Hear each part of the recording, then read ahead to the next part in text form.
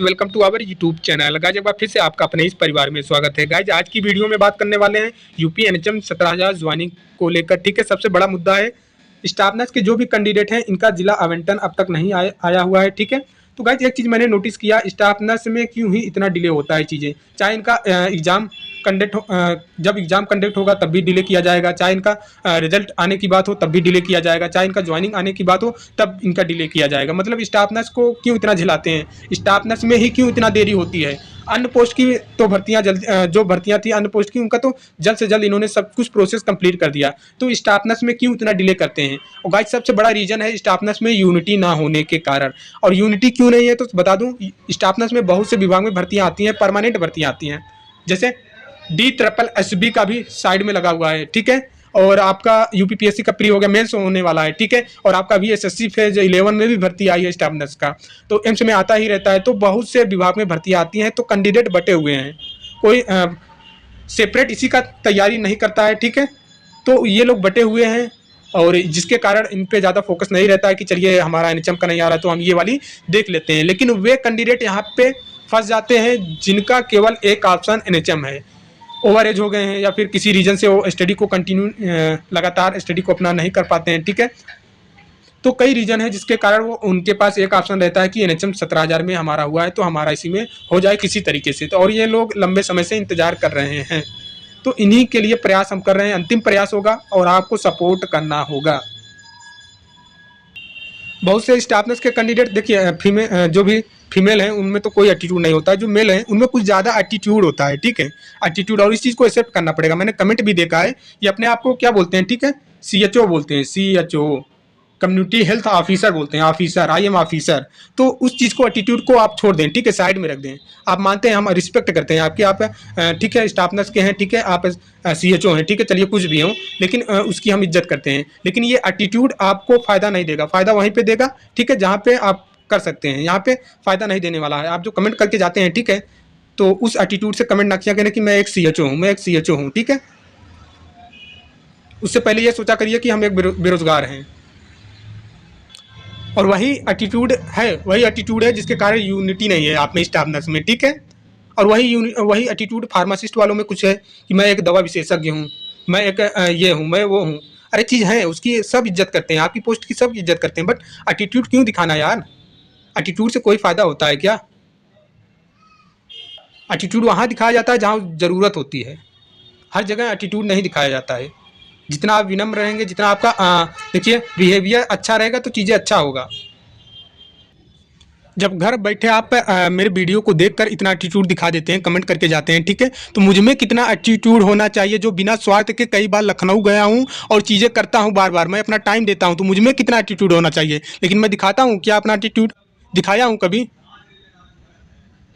और मैं केवल यही स्वास्थ्य विभाग से सभी डिपार्टमेंट के, चाहे वो रेलवे, SSC, बैंक, किसी भी कोई भी चीज़ हो, अगर मुद्दा आता है उनका सपोर्ट करने का, तो मैं हमेशा तत्पर तैयार रहता हूँ। चाहे वो पुलिस की भर्ती हो, चाहे आर्मी की भर्ती हो, चाहे लेखपाल की भर्ती हो, चाहे जिस भी डिपार्टमेंट की भर्ती होती है, जब रोजगार बेरोजगार की बात आती है, जब स्टूडेंट की बात आती है, तब सुहेल कौल मेडिकल अड्डा यूट्यूब चैनल, चाहे वो अपना यूट्यूब पे हो, चाहे पर्सनल लाइफ पे, जितना हो सकता है उतना सपोर्ट करते हैं। और जो हमसे जुड़े हुए हैं पर्सनली, वो जानते हैं इस चीज़ को। कभी कभी कमेंट देखकर ऐसा मन करता है सब चीज़ छोड़ छाड़ दें, यूट्यूब पे वीडियो ही ना अपलोड करें। लेकिन उन बेचारों का देखना पड़ जाता है जिनका एक भरोसा हो चुका है इस चैनल के माध्यम से। हर चीज़ पे यार क्या ही बोल सकते। देखिए गाइस, सॉरी, क्षमा चाहता हूँ, मैं अपने मुद्दे से भटक गया, लेकिन कभी कभी फ्रस्ट्रेशन हो जाती है, ठीक है, निगेटिव कमेंट्स को पढ़ के।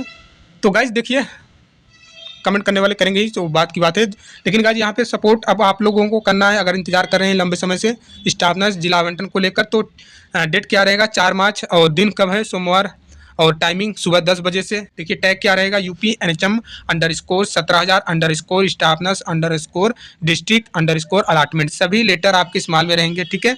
और गाइस जब तक स्टाफ नर्स का जिला आवंटन नहीं आएगा, ठीक है, तब तक वेटिंग लिस्ट पे काम नहीं होगा। अगर इनका स्टाफ नर्स का जिला आवंटन चुनाव के बाद आएगा, या चुनाव के बाद इनका डॉक्यूमेंट या फिर ज्वाइनिंग का प्रोसेस होगा, तो फिर वेटिंग लिस्ट वालों को कितना लंबा इंतजार करना पड़ जाएगा, इस चीज़ को आप समझ सकते हैं। बहुत से कैंडिडेट हैं कमेंट करते हैं कि सर, जैसे इन्होंने 2 प्रोग्राम में एग्ज़ाम दिया था, ठीक है, एक प्रोग्राम में इनका सिलेक्शन हुआ है, एक प्रोग्राम में इनका वेटिंग लिस्ट में है। अब बात यह है कि जिनमें सिलेक्शन हुआ है, ठीक है, जिनमें चयनित हुए हैं ये लोग, इनको दूर का जिला मिल गया है। अब दूर का जिला मिल गया है और ये वेटिंग लिस्ट में एक प्रोग्राम में है, तो ये लोग अब ये सोच रहे हैं कि जिस प्रोग्राम में मेरा वेटिंग लिस्ट में नाम है, हो सकता है मेरा इस प्रोग्राम में होम डिस्ट्रिक्ट मिल जाए।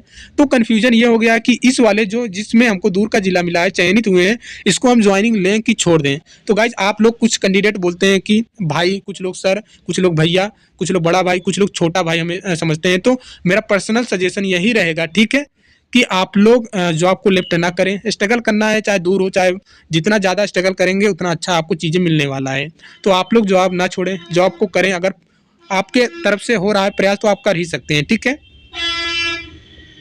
मैं इस चीज़ को भी समझता हूँ कि 10,000 की सैलरी में 500 किलोमीटर दूर रहकर जॉब करना आप लोगों के लिए मुश्किल है, आप लोग नहीं सर्वाइव कर पाएंगे। लेकिन इससे आपको फ़ायदा तो हो रहा है, आपको कुछ नया तो सीखने को मिलेगा, ठीक है। जॉब के दौरान आपको कुछ नई बातें, कुछ नया चीज़ तो सीखने को मिलेगा। ये यही सोचकर आप चलिए कि चलिए हमारा एक्सपीरियंस हो रहा है, और ये प्राइवेट से तो बेटर भी रहेगा। जो इंतज़ार कर रहे हैं ट्रांसफ़र कैसे है, ट्रांसफ़र के बारे में मैंने कई वीडियो बना भी रखा है, अब भी बता रहा हूँ। ट्रांसफ़र अभी नहीं होगा, ट्रांसफ़र म्यूचुअल के माध्यम से होता है, जो आपके मानव संपदा पोर्टल पे लिंक आती है, ठीक है। म्यूचुअल ट्रांसफ़र की लिंक आएगी तो उसी लिंक के माध्यम से आपका ट्रांसफ़र होगा। अभी कमेंट करने या बात करने से ट्रांसफ़र नहीं हो सकता है।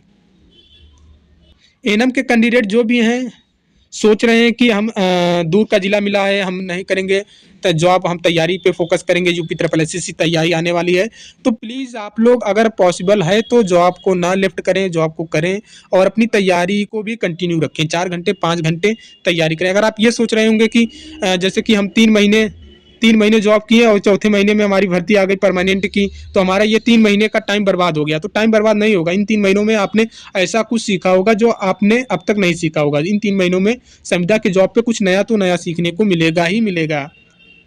और ये मत सोचिए कि कंपटीशन आसान रहेगा। जो भी एएनएम परमानेंट भर्ती का इंतजार कर रहे हैं, 5,000 के आसपास आपकी भर्ती आने वाली है। 5,000 इतना मान के चलिए, जो बता रहा है 10,000, 15,000, 20,000, वो सब फेक है, ठीक है। उतना भर्ती नहीं खाली है, जितना भर्ती है उतना आपका 5,000 के आसपास है। 5,000 से कम भी है, 5,000 से कुछ ज़्यादा भी होगा, 1,500 ज़्यादा भी होगा, ठीक है। लेकिन इतने 5,000 के आसपास हैं। तो कंपटीशन आसान नहीं रहेगा, क्योंकि रीज़न है भैया, क्या रीज़न है, 2019 से ऐसे कैंडिडेट, बहुत से कैंडिडेट हैं 2019 से एएनएम संविदा पे कार्यरत हैं। 2019 से, तो मतलब 6 साल, 5 साल तो इनका हो गया एक्सपीरियंस। 3 नंबर देता है 1 साल, 15 नंबर तो ये लोग फ्री में ले लेंगे बिना पढ़े हुए। तो इनको आपको पीछे छोड़ना है तो आपको अपने एग्जाम में 70+ का टारगेट लेके ही चलना पड़ेगा।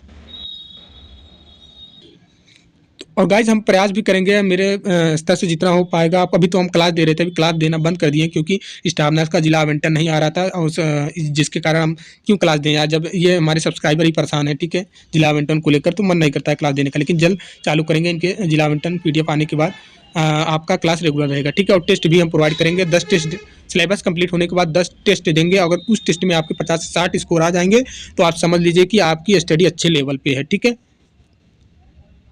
और वेटिंग लिस्ट वालों का कब होगा, वेटिंग लिस्ट कब क्लियर होगी, जब तक स्टाफ नर्स का जिला आवंटन या डॉक्यूमेंट का प्रोसेस नहीं हो जाता तब तक आपका वेटिंग लिस्ट भी नहीं क्लियर होने वाला है।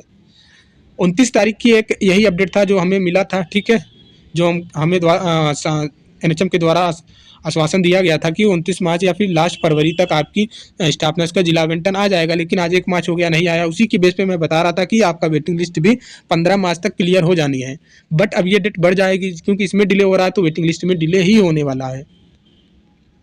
तो आप ये मान के चलें, जिस दिन स्टाफ नर्स का जिला आवंटन आ जाएगा, ठीक है, उसके 15 दिन के बाद जिला आवंटन आने के 15 दिन के बाद वेटिंग लिस्ट वालों का नंबर लग जाएगा, वेटिंग लिस्ट की PDF आना शुरू हो जाएगा।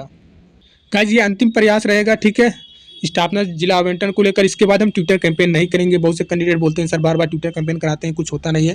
तो फिर इसके बाद आप जैसा बोलेंगे वैसा ही करेंगे। हम चलेंगे लखनऊ, आप लखनऊ बोलने के लिए बोलेंगे, चलेंगे, आपके साथ ही चलेंगे। जहाँ कहेंगे वहाँ पे हम चलने के लिए तैयार हैं। और वहाँ पे मुख्यमंत्री जी के जनता दरबार में भी बोलेंगे तो वहाँ पे भी चल के ज्ञापन देंगे। जैसा आप बोलेंगे फिर वैसा ही चीज़ें कर पाएंगे।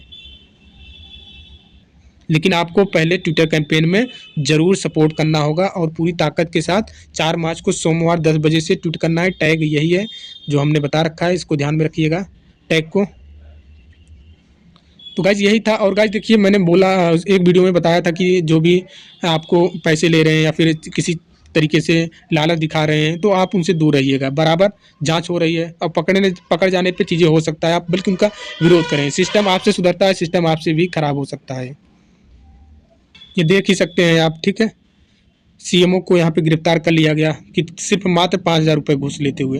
तो इसी प्रकार चीज़ें हो सकती हैं आपके साथ, तो आप दूर रहिए इन सब चीज़ों से। तो यही एक अपडेट था गाइज।